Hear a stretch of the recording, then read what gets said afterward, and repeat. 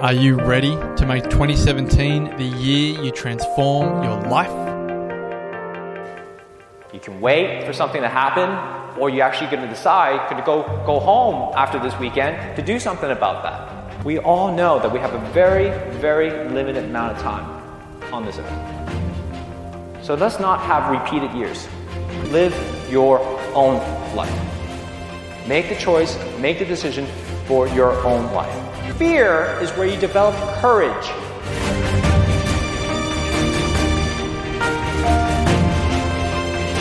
There's a moment going, holy crap, all right, I'm going to do this now. The wellness breakthrough is coming. And so you actually have that choice every single morning, every single day, every single moment to decide whether you're going to live it to the fullest or not. Join myself, Marcus Pearce, and the Wellness Guys, Damien Christoph, Lawrence Tam, and Brett Hill for 2 nights and 3 days of transformation at the Country Place. 10 acres of breathtaking rainforest in the Dandenong Ranges of Victoria, February 17 to 19. It's each and every single one of you are going to support each other in your journey, whatever that journey is. Couples discounts available, limited spots remaining. For all information and to watch the spine-chilling video, go to thewellnessbreakthrough.com. TheWellnessCouch.com, streaming wellness into your life. Welcome to the Thriving Children podcast, the show that helps parents and teachers to put the magic back in child development. Here's your host, Clare Crew.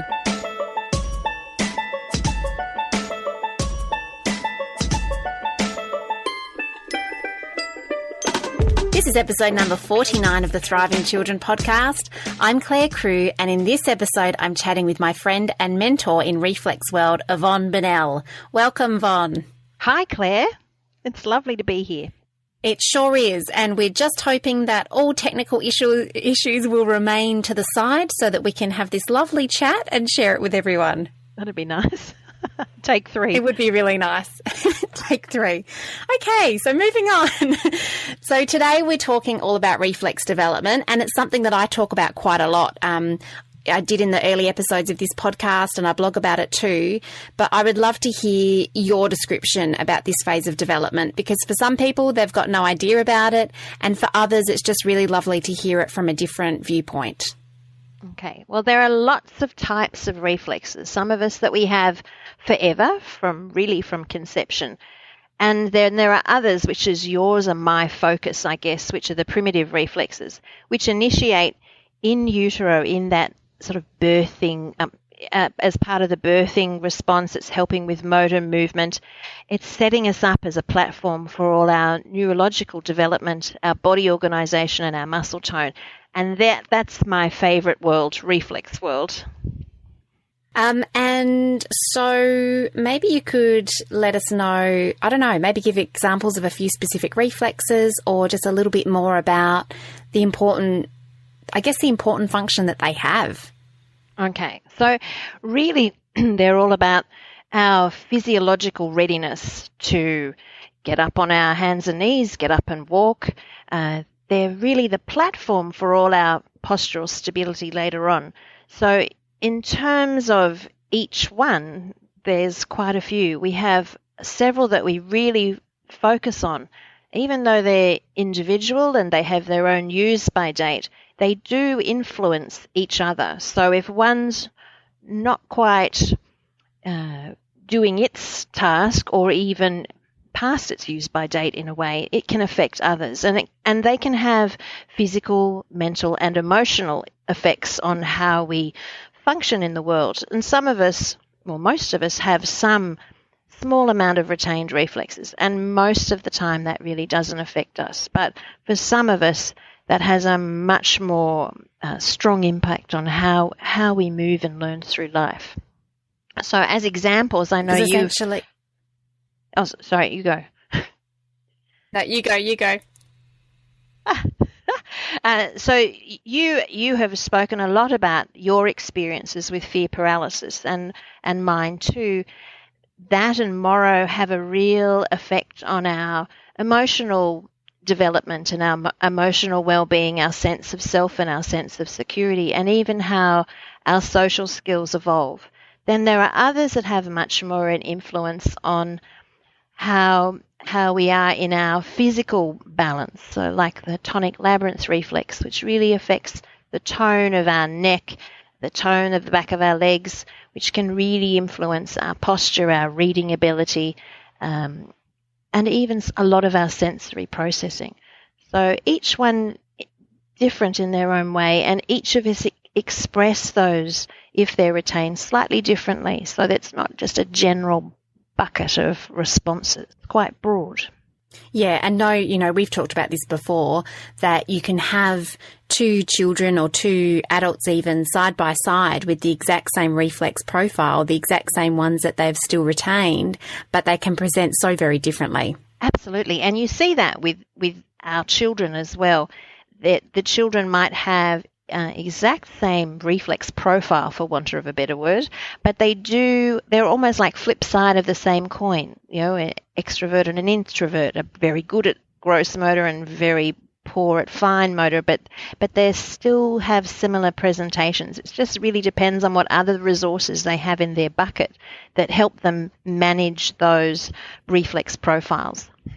So essentially what we're talking about is, these reflexes, we all have them, we're all born with those primitive reflexes, and then, we all, as those start to weaken and go into hibernation mode or integrate, we've got those postural reflexes that help us to be physically and emotionally grounded. So this is something that's relevant to all of us as human beings.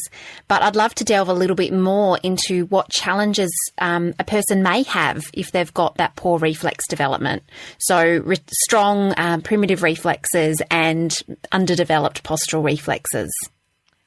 Okay. So fundamentally, let's just think in terms of resources. So if you're just like an iPad with too many apps open, your battery sort of wears out a little bit quicker. So a lot of us don't have the resources to keep eyes and attention, keep listening, keep our focus, and do all the tasks, or even reflect the effort we have, and outcomes are all really different. Or it could be just we get motion sickness, or we tire really easily. Perhaps we need a little extra sugar hit to help manage our highs and lows of those blood sugars, which all could be signs of fear paralysis or Moro responses.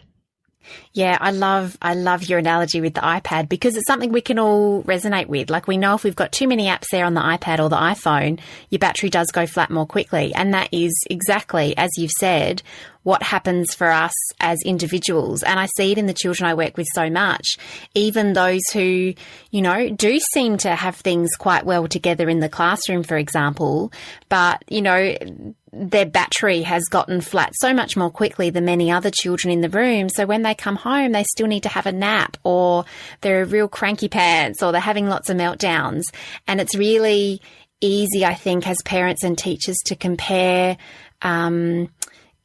the results of one child's effort compared to another, or their stress responses to certain things, without necessarily realizing that their battery is getting flat much more quickly. And it's not about their effort. It's not about them choosing to behave in a certain way.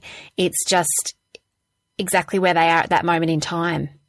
That's right. And I think one of those key things to look at is your child is a lot of the kids that are doing quite well, they're like those ducks on the water. You really don't notice how hard they're paddling until really the wheels drop off. Whereas sometimes the children that have quite obvious challenges get more support more quickly, because they obviously looking like they're not meeting their potential, whereas others are just doing enough to look like they're coping well, but inside it's a different story. Yeah, absolutely. And they're the kids who often academically there's no red flags or anything, whereas a child who behaviourally is quite explosive or having issues or academically is falling behind, you're right. We notice those things much more easily than, how someone feels within themselves, whether they're confident, whether they're depressed, whether they're anxious. And that's where it's a good topic to be mindful of with child development, because there's, I think, a lot more children affected by this than what we really understand at this point in time. I think that's where our rhythmic movement training perhaps really comes in to the fore, is those observational skills, because really as you start to learn more about reflexes, you can start to recognize from how someone sits or stands or walks or moves, how their hands hold a pencil. All of these things are clues of their neurology wiring is working a little bit harder than it needs to overcome this reflex pattern. And reflex is really a fundamentally the brainstem having to work, be much more involved in functions that should be an automatic process. And wherever there's that mismatch, it's activating, and we're having to consciously take over from our primitive reflexes rather than it being an automatic, smooth, easy process. So maybe let's talk a bit more about rhythmic movement training, Vonne, because you're an instructor. So you travel around the world teaching others about reflexes and brain development and movement. So rhythmic movement training, RMT, what is it? What is it? So fundamentally, it's going back to the very movements that babies make as infants, which are really setting up the neuron patterns, helping integrate primitive reflexes and helping sensory processing become more efficient. And by going back right to that floor level, we're helping with lots of the concerns that parents and teachers have without doing a lot of effort. So it's that floor work that really sets us up. Very simply, it can be a passive movement where a parent or a teacher is giving the child the movement and getting it into their system. And over time, the child or adult, for that matter, can take over and do their own movement. And it's then they're replicating that sort of transition from sort of an infant to a baby where they're starting to roll and move on their own. And that process then taking them up to all fours. So pretty much there's 17 basic movements that we use in this primitive reflex integration work that's really supporting emotional, physical, neurological organisation, helping with developmental delays. So I use rhythmic movement from anyone really from birth. Particularly my focus is babies these days, so helping with milestones, helping with head control and postural stability, helping them roll, helping them get ready to crawl, so the ones that are sort of lagging a little behind. But we also use rhythmic movement for all ages and stages, whether it's rehab for adults, all sorts of applications, whether it's you're looking to improve reading or writing or attention or focus, sensory processing, muscle tone, organisation. There's lots of potential applications. It's an absolute passion, and I really like sharing it with anyone who'll listen. It's really an amazing modality, and obviously I've seen the changes it's made within myself, within my family, with clients that I work with. The thing that I love about it, or I guess, this movement-based work in general, is that compared to other options out there, it is so accessible, so easy, so affordable. You don't need fancy equipment. You really just need some floor space. And for rhythmic movement training and a consultant, they're spread across the world, who can actually, show you the ropes. But essentially, as a parent, or as a teacher in a classroom, you're doing the work daily. It's not something that you outsource. It really needs to have that frequency to really create those changes in the brain. That's true. And really, movement is a great solution to a lot of the developmental milestone learning challenges that we face that really give you that bang for buck, that really, other than 5 minutes, 10 minutes a day, 5 days, 6 days, 7 days a week, ideally, can make a huge change to how you function, how your child fits in the world, how their experience of the classroom can be. And really most people notice a huge change within even 6 weeks, but often some of the children I work with, it's probably more 6 months plus, and depending, cerebral palsy and other things might be more of a long term to maintain the functions that you're gaining. But really, it's cheap as chips. A great conduit that you can blend with many other modalities. So if you have some options in other support, but this you can do at home and keep the costs right down, or do it in the classroom and have really good results for the children. Yeah, and what would be some of the outward manifestations that we see when we start to do this work, Von? Oh, well, now each child or adult is really different. So some parents will say to me, children seem to be calmer, or suddenly they've got someone to go and play with after school. Some might stop bedwetting. Suddenly someone gets tying their shoelaces. Suddenly writing gets neater. So we can't really predict, no matter our wish list, which will change first, but all we can guarantee is that there will be change, and it's really just the body doing its own wiring, letting the brain reorganize itself and letting those primitive reflexes gradually have less control over our lives. So great emotional resilience, friends, social, reading, writing, speech, language, expression, even hand-eye coordination would be one thing that boys really, like be able to play handball and all those other things. Less drooling or dribbly, less toe walking. It's endless, the possibilities.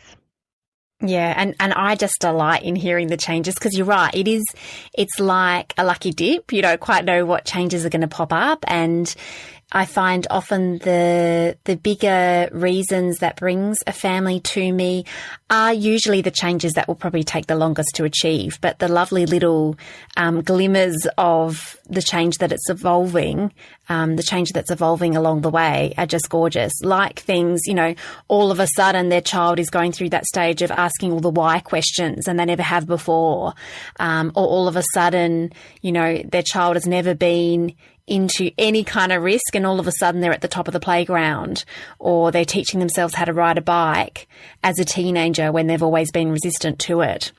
It's quite fascinating. It's lovely to see how it manifests in different people and in different ways.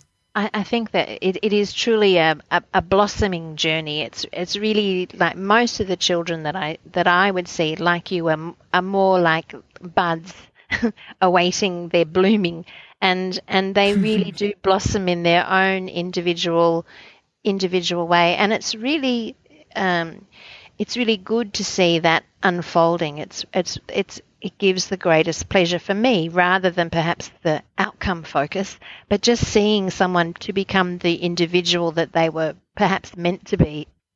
Yeah, absolutely. That's huge. And I think that that's sometimes the case. The reasons that people are looking for answers is because, there's educators saying, well, they're behind in this or they're behind in that, or we're having issues with this. And change in those areas does inevitably happen at some point in time. But in actual fact, I think by the time you get to that point, the parents have just seen their child become so much happier and more content within themselves that those goals no longer seem as important. I agree. And I always encourage whole families to do the movements. So it's not just really about the child that isn't getting it. It's not so much then a therapy. But often I see one child and I see their brother and sister in the corner, similar presentation, but look like they're managing, or even mum or dad, dare I say. If they're all doing it, then it can really help everyone's organisation, and it really helps the whole family unit improve their emotional resilience, or it's just something that the family can do together. And perhaps if there's a family predisposition perhaps to some more of those emotional resilience concerns, or perhaps they're a family more with gut and allergy, then there's a real flow-on benefit in getting this neurology calm and better wired. Absolutely. And we all know that, as a parent, if you're well rested and less stressed, then you're going to respond to those sticky moments with your children a lot more, from a place of love and compassion and understanding. And so if you are kind of on the verge of burnout because you've got too many apps open in your iPad, like if you've got your own issues with reflexes going on, then you are going to be running on empty and you maybe will be a bit more reactive. And so I love that approach that you do, Von, of getting the whole family involved. Yeah, I think especially for a lot of children who have been therapized for most of their memory, where it means that it's just someone else doing something to them. The difference with rhythmic movement is that they really are in control of the movement, and they themselves can see how their body is moving more efficiently and effectively, and it's very rewarding for them too. It is, and that's why usually the child is incredibly motivated to do the movements each day because it feels really good. It's sort of that sense of, oh, that's just what I've been needing all this time. And so often they're the ones who are reminding the parents to get into that routine of doing it each day, which is wonderful because I think so many other interventions, especially, tutoring and academic-based ones, it really is just asking the child to do more and more of what they are struggling with. And so it doesn't really create that want to attitude at all, whereas doing something at the level that they need it at is just perfect. Well, I think really that's where our movement work is like that cupcake model that I always talk about, that a lot of the higher level therapies are like icing that hot cupcake. If you work too high in your developmental pyramid, if you like, and if you think of it as a cupcake, then that hot cupcake, the icing, the therapy is coming on, and a lot of your therapeutic dollar is oozing off the side. Whereas if you get down into the ingredients and get the recipe right, which is movement, and is good gut health, and it is good healthy food, and getting that sort of environmental balance going, then you really will get the best resources, so that when you're spending that extra money on other things, whether it's visual training or orthotics or tutoring or whatever, then the structure's there to support those gains as well. So it's a longer term, a better investment to start at the bottom. Yeah, financially, and also when we think about the child's self-esteem as well, because it's quite young that children start to feel pretty rubbish about who they are if they're always trying, failing. Yeah, it really does set up their expectation of themselves. And the beauty with the passive movements from rhythmic movement is that we can really start quite early. So even babies that perhaps have had a tricky birth, a Caesar birth, a fast birth, or already within those first few months of life having a little difficulty establishing head control, we can get in there gently, a little bit, like seconds, a move or two at every nappy change, and start to get that innate pattern kick-started, like that intrinsic message inside their systems is there. Sometimes that just needs a little help to get firing. Yeah, and it's never too late to do this work. Like, I've done it on myself as an adult, but you certainly see the changes happen with less input at younger and younger ages. So it just feels like magic when you do it with babies, because you can see changes even within a few hours. Sometimes, obviously, it's a few weeks or days, but it's just amazing.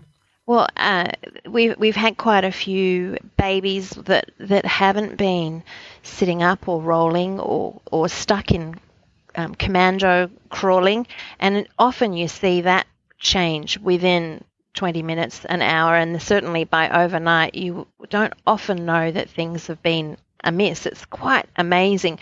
And we do know that there are real peak windows of opportunity. So if we can get in early, so if we can get under fours and get them moving, then getting those reflexes integrated and establishing the best neurological base, get it as mature and school ready. So really school readiness is about being neurologically ready as well as skill ready. Then we're giving them the best opportunity. But certainly whether you're 5 or 85, there's a possibility that we can really help maintain, regain function, and it's great applications using movement on the floor. And so getting back to babies, I guess we see things through different eyes, Evonne. And when I've done the training and when I've been at the workshops you've done as well, you kind of see that everyone else starts to then see things through that lens as well, that we will see a baby who is of a certain age and not really exploring much, or not physically where we ideally want them to be, or who has a bit of a leg they're dragging in that crawl. And we see those things and go, oh, okay, movement, let's put that into their bodies so that we can kind of get them on track and doing what they need to do. Whereas I get really frustrated, and in fact I talked about it in the last podcast, about the way that most other people see that, and whether they also have concerns or not. They just sort of say, oh, don't worry, it doesn't matter if a child crawls or if they bum shuffle, so long as they eventually get on their feet, they'll be right. Where you and I kind of see it through a different lens and go, well, actually, if we could help that child as a baby to crawl in a more correct way, then that's potentially stopping other challenges from coming to the surface as they get older and get into those school years. Well, very true. So, yes, you and I, and it's not in terms of fixing it. I really want to say that everything in their own time within reason. So we're not forcing someone to move beyond what is appropriate for their age. But yes, certainly if a baby can be up on all fours, hands and knees, crawling, we know that builds very strong, robust neural pathways across the hemispheres. So we know that where there are good nerve nets, there'll be good focus and function later on. We know that crawling can set hands up for being ready to write and have the right pencil grip and have the right organization within the hand muscles. So every little step within that can be advantageous. So I do like to have a little play, but I really like to play. And I think if I'm with babies, it's much more about just being on the floor, doing a little bit of movement, having a little play, and let the baby lead me. But it might only be 10 seconds of, in inverted commas, work. But it's things shift very quickly for them. And yes, yeah. I really do like helping my little ones get them ready to be upright. And on all fours, they're getting that opportunity for those visual skills. Very important later on for catching balls and all the other things that, if you were 8 or 9 and you were a boy in the playground, really matter to you. So if you can help set them up for success, that would be good. And we don't need all the equipment. We just need a floor. Yeah, absolutely.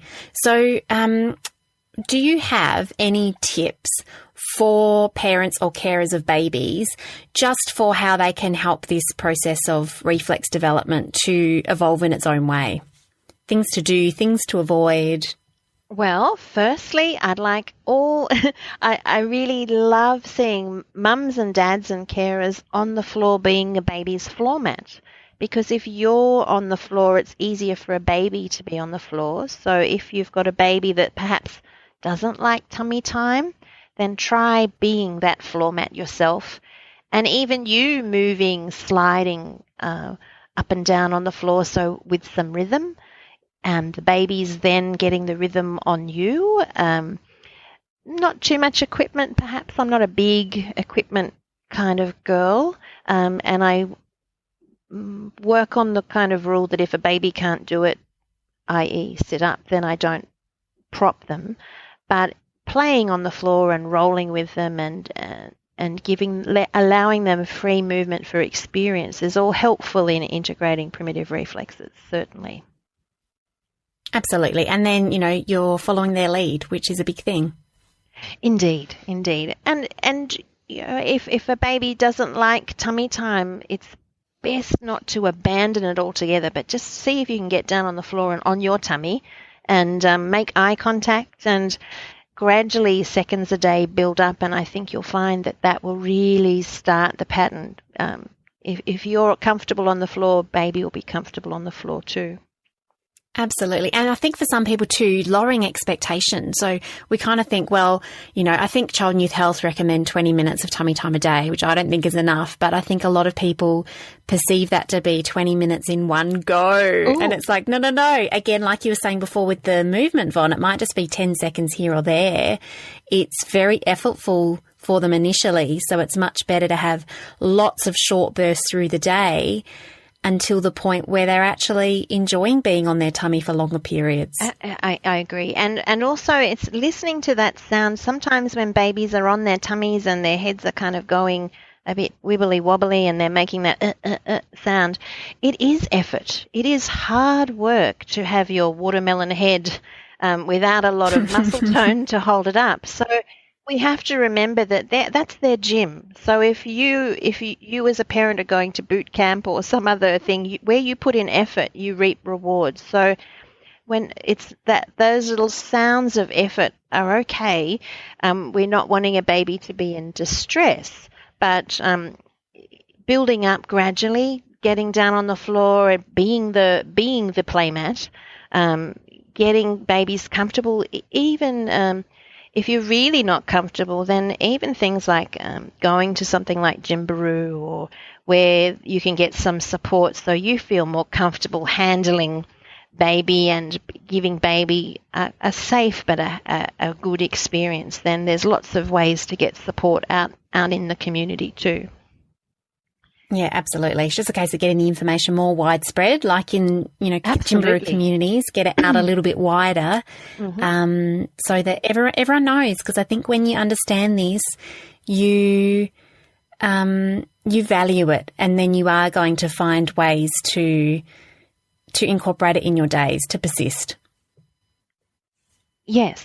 And really the research is there that really that a lot of the things that we think have value, whether it's a particular toy or equipment or a computer program, may not have the longer lasting developmental effect that we think it does. But there's one thing that is tried and true, and that's really movement. And so if we really give babies and children lots of free play movement experience, then it's really helping set them up for the best organisation internally that they can have. Oh, well said. That was a nice finishing touch, I think, Von. So before we go, I would love for us to hear where we can find you, online and off. Oh, online. So I have a website, evonnebennell.com, and I have some blogs, etc., about to be posted, all about primitive reflexes and baby moves, etc. I'm on Facebook, and on my website you can also see where I am teaching. So this month I'm in Adelaide and Jakarta, and next month is New Zealand and Sydney. So I pop up all over the place. So if anyone's interested, they can certainly message me Facebook or email me, and I'll get back to them and I'll offer any help that I can. Absolutely. And for those of you who are in Adelaide, there's going to be an RMT Level 1 and 2 course coming up in June. So I'll put a link to the show notes to all of those things, Von, and then people can just click on them and find you really easily. Beautiful. Thank you very much. So thank you hugely for your time and wisdom and persistence with our technology glitches. I think there was a few bumpy bits in the podcast, but we didn't lose you for more than about 2 seconds. So I think all will be well. And for the people listening in, if you have are you there? Yeah, it just bumped in and out again. Well, fingers crossed all will be well. I really don't think we want to do this a fourth time. I don't know. It could be fun. I will talk We to will you see. soon. Maybe we'll do a sequel instead. Yes. A sequel. And if you listening in have a child in your life who you feel isn't reaching their full potential, I really encourage you to learn more about the reflexes. And I think that those blog posts of Evonne's might be a really good starting place. So until next time, be kind to yourselves. This has been a production of TheWellnessCouch.com. Check us out on Facebook and join in the conversation on Facebook.com/TheWellnessCouch. Subscribe to each show on iTunes and check us out on Twitter. The Wellness Couch, streaming wellness into your lives. Whilst the Wellness Couch presenter endeavour to provide accurate and helpful information to their listeners, these podcasts cannot take into account individual circumstances and are not intended to be a substitute for health and medical advice from a qualified health professional. You should always seek the advice of a qualified health professional before acting on any of the information provided by any of the Wellness Couch podcasts.